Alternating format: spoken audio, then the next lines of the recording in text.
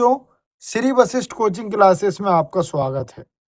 अध्याय क्रमांक 2 का प्रश्न क्रमांक 13 क्या है बच्चों? समीकरण हल कर उत्तर की जांच कीजिए। और हमें क्या दे रखा है समीकरण? 5x ऋण 2 कोष्टक 2x ऋण 7 बराबर 2 कोष्टक 3x ऋण 1 धन 7/2। कैसे करेंगे इसको? देखो, सबसे पहले ये जो लिखा हुआ है आपका 5x, हम इसको लिख देंगे, ठीक है। इसको हल करेंगे तो इसका गुणा अंदर कर देंगे, है ना। तो 2 दूनी कितना हो जाएगा? 4। धन का ऋण में गुणा होगा तो ऋण हो जाएगा। अब इसका यहाँ होगा तो 7 दूनी कितना हो जाएगा? 14। ऋण का ऋण में होगा तो ये हो जाएगा धन, बराबर। अब इसका गुणा भी इसमें करना पड़ेगा तो 3 दूनी 6, दोनों धन के हैं। इसका गुणा इसमें करेंगे 2 एकम 2, धन का ऋण में होगा तो ऋण। फिर ये वाला 7/2, ठीक है।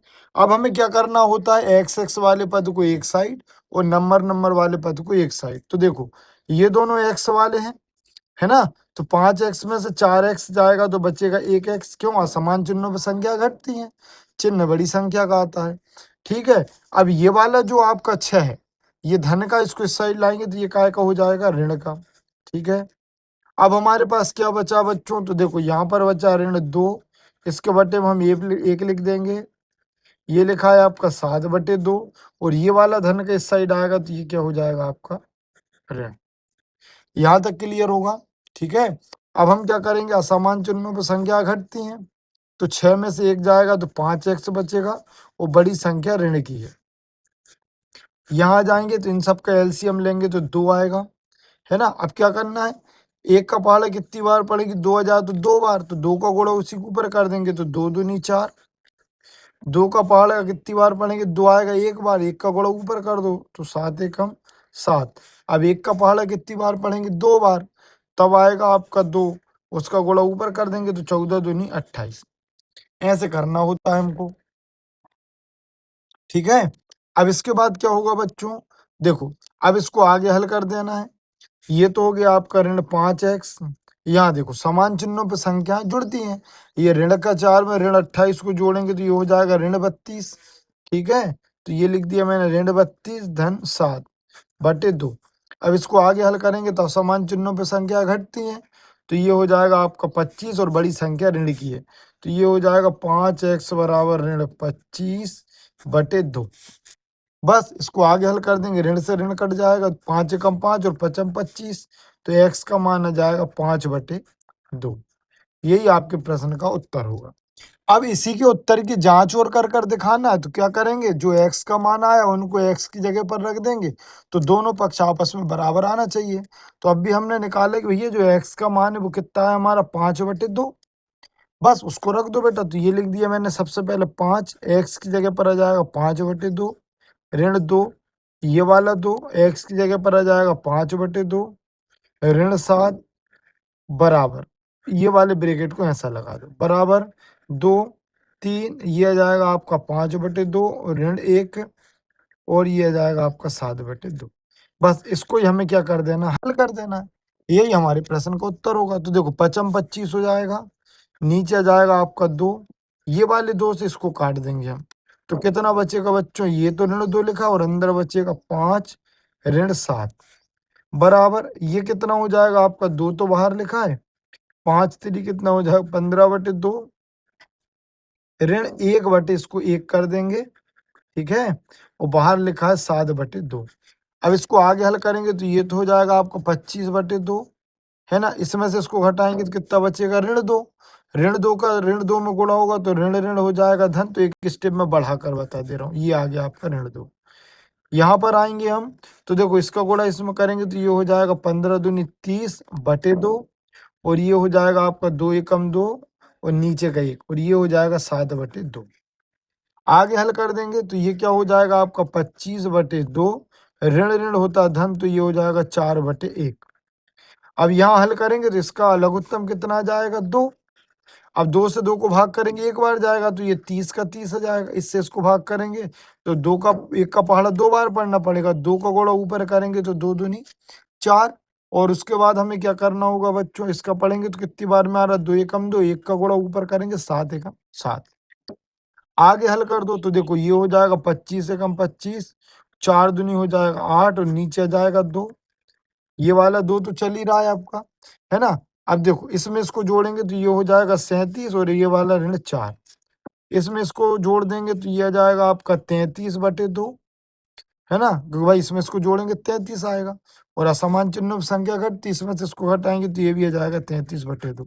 तो दोनों के दोनों आपस में कैसे आ गए एकदम बराबर। तो यही हमारी उत्तर की जाँच हो गई, ठीक है? क्रमांक 14 क्या है बच्चों?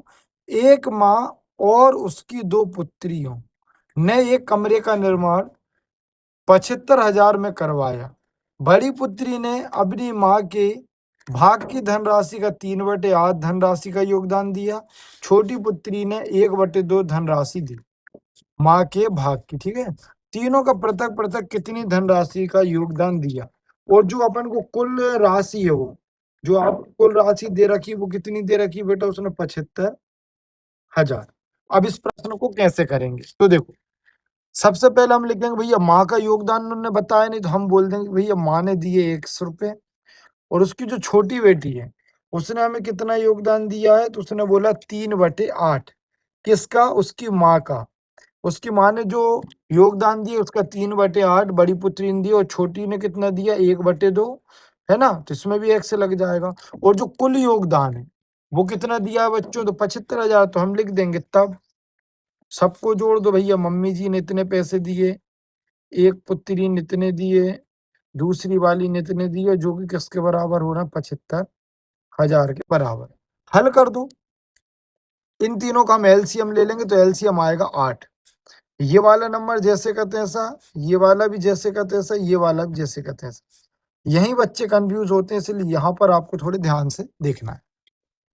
अब हमें क्या करना है देखो ऊपर वाले सेम टू सेम लिख दिए विथ साइन और नीचे वाले का एलसीएम।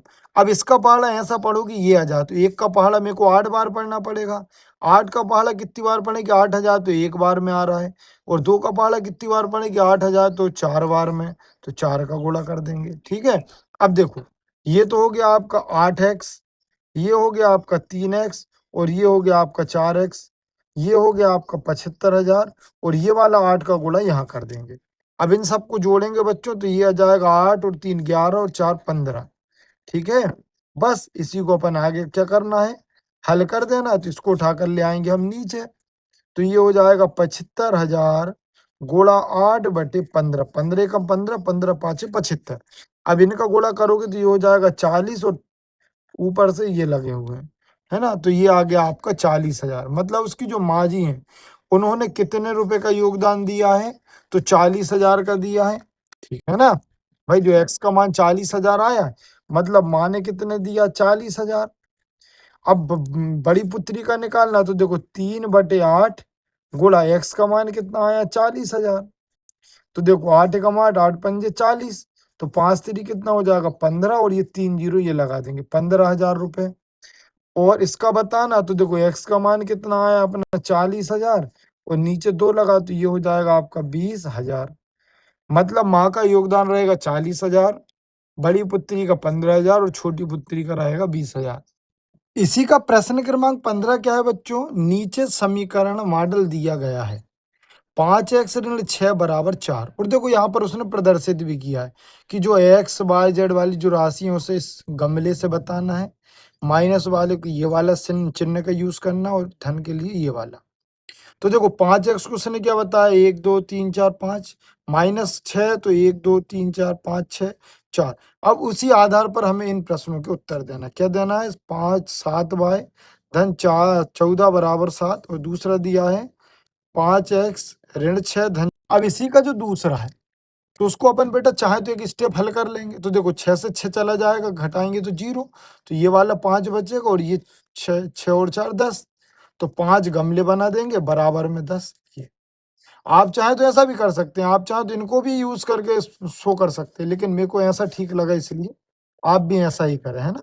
चैनल को लाइक करें, सब्सक्राइब करें, अपने दोस्तों के साथ शेयर करना ना भूलें। Thank you for watching.